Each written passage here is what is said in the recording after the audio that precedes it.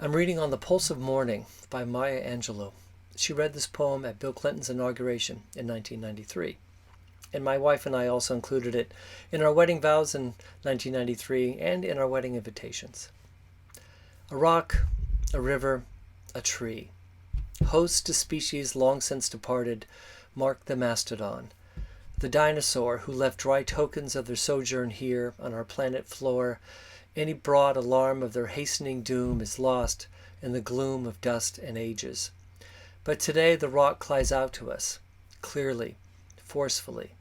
Come, you may stand upon my back and face your distant destiny, but seek no haven in my shadow. I will give you no hiding place down here. You, created only a little lower than the angels, have crouched too long in the bruising darkness, have lain too long face down in ignorance. Your mouth spilling words armed for slaughter. The rock cries out to us today, you may stand upon me, but do not hide your face. Across the wall of the world, a river sings a beautiful song. It says, come rest here by my side. Each of you, a bordered country, delicate and strangely made proud, yet thrusting perpetually under siege. Your armed struggles for profit have let collars of waste upon my shore, currents of debris upon my breast.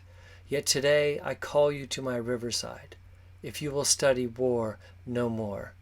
Come, clad in peace, and I will sing the songs the Creator gave to me when I and the tree and the rock were one.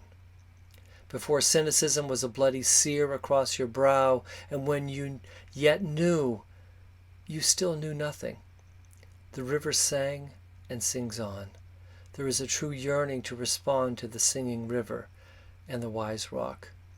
So say the Asian, the Hispanic, the Jew, the African, the Native American, the Sioux, the Catholic, the Muslim, the French, the Greek, the Irish, the rabbi, the priest, the sheik, the gay, the straight, the preacher, the privileged, the homeless, the teacher. They all hear the speaking of the tree. They hear the first and last of every tree speak to humankind today. Come to me, here, beside the river. Plant yourself by the river. Each of you, descendant of some passed-on traveler, has been paid for.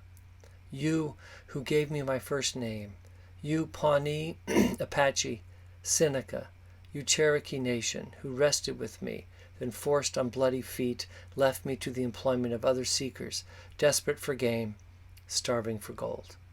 You, the Turk, the Arab, the Swede, the German, the Eskimo, the Scot, you, the Ashanti, the Yoruba, the Kru, bought, sold, stolen, arriving on a nightmare, praying for a dream.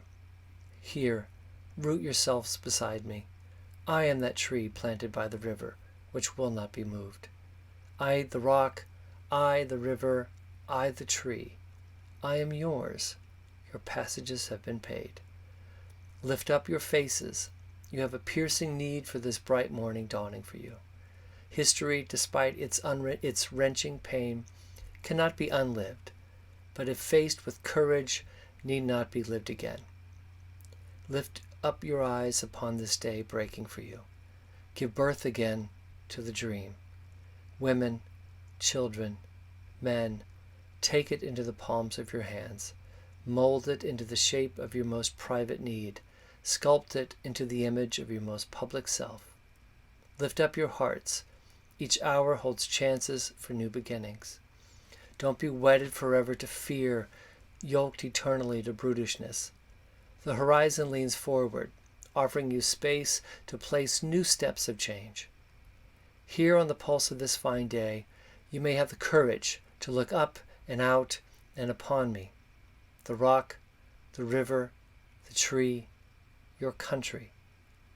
No less to Midas than the mendicant, no less to you now than the mastodon then.